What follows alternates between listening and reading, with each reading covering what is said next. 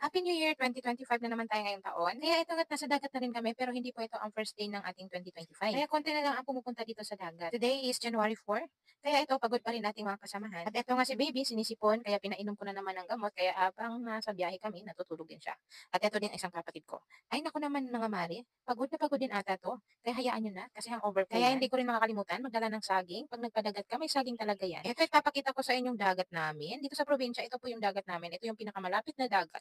Marami pong dagat dito sa amin pero ito yung malapit. Kaya ito muna ang aming kayang puntahan kasi naka-sidecar or tricycle lang kami mga mami. Kaya ito nga yung kanyang paligid. Ayan, hunas tayo ngayon mami, hunas. At ito ay ang ganda ng langit. At tingnan nyo naman, may mga kunting bato din siya. Kaya malinis naman din ang ating dagat. Ayan, so ito nga ang ating CJ. Hello CJ!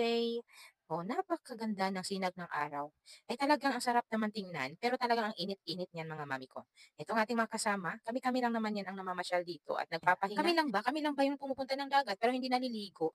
Ay talagang hindi po kami naliligo, nagtatampisaw lang. Kaya ito nga sinilip na nga ang aking maliit na bata. Tulog pa rin hanggang ngayon, pati ang kanyang tita. Ay naku mga mare, sana'y masaya rin ang inyong taon, ang pagpasok ng bagong taon.